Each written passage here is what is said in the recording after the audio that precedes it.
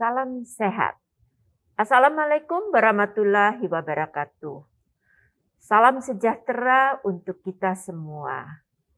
Pada hari ini, sahabat Portal Kanker, saya dan sahabat saya, Dr. Nurwati Sutandio, spesialis penyakit dalam, konsultan onkologi, kami berdua akan berdiskusi tentang virus hepatitis B dan virus hepatitis C dan hubungannya dengan kanker. Selamat pagi Mbak Nur. Selamat pagi Mbak Bias. Apa kabar? Baik, Alhamdulillah. Mbak Nur, saya ingin bertanya. Kalau kita tahu bahwa virus itu dapat merupakan atau dapat meningkatkan risiko kanker. Kita juga tahu bahwa virus hepatitis B dan virus hepatitis C juga dapat meningkatkan risiko kanker. Apakah benar Mbak Nur? Dan bagaimana caranya? Betul Mbak Bias. Hepatitis B dan hepatitis C adalah salah satu virus yang dapat menyebabkan kanker dan kankernya adalah kanker hati. Kalau kita lihat di sini bahwa hepatitis B dan hepatitis C tersebar di seluruh dunia dengan frekuensi yang berbeda-beda, dan kanker hati merupakan jenis kanker tersering nomor 7 di dunia dan merupakan penyebab kematian akibat kanker nomor 3. Penyebab kanker hati adalah hepatitis B dan hepatitis C. Kedua virus ini berbeda. Cara membuat liver menjadi kanker berbeda.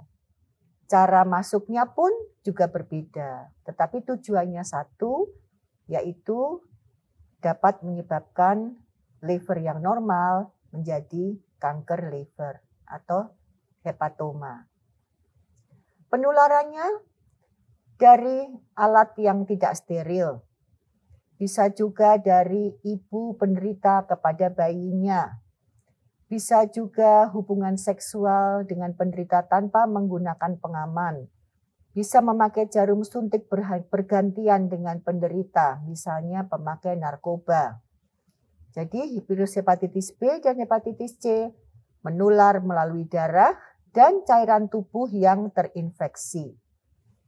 Perjalanan virus hepatitis B dan hepatitis C, apa yang terjadi pada sel hati yang terinfeksi virus hepatitis B dan hepatitis C? Yaitu apabila virus masuk ke dalam sel hati, maka dia akan mencari antena, di mana antena itu akan membawa virus tersebut masuk pelan-pelan ke dalam sel hati. Dan setelah masuk, kemudian dia mulai berkembang, berubah bentuk, dan setelah dia berubah bentuk, maka dia akan masuk ke dalam inti sel.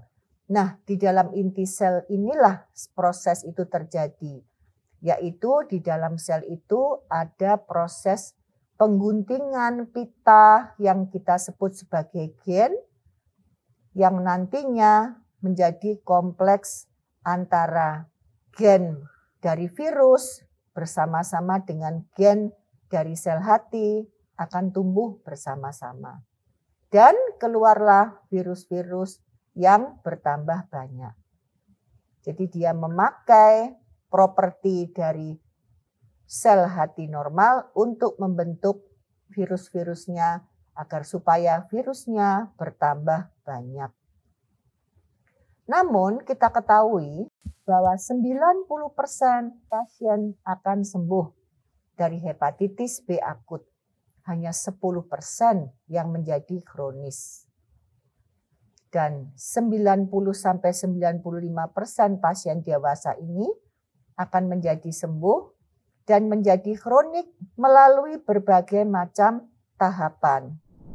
Yaitu dia menjadi fibrosis hati dan mengkerut.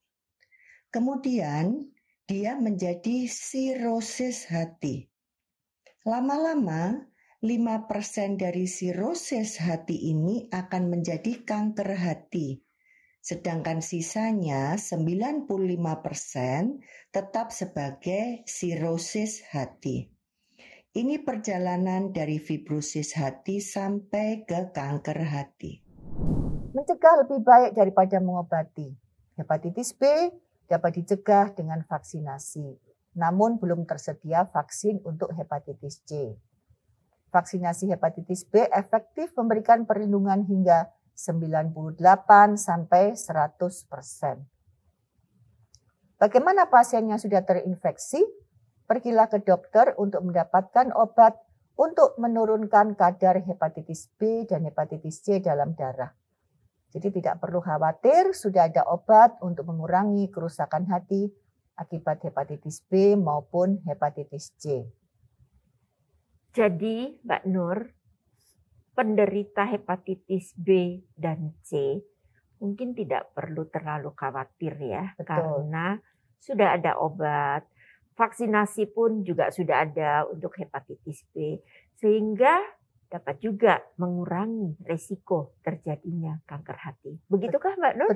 Betul sekali Mbak Piasa. Ya, jadi para sahabat portal kanker, setelah kita berdiskusi dengan Dr. Nurwati, kita jadi tahu bahwa penderita hepatitis B dan hepatitis C bisa mendapatkan terapi agar hepatitis B dan C-nya bisa ditekan sehingga menurunkan risiko kanker.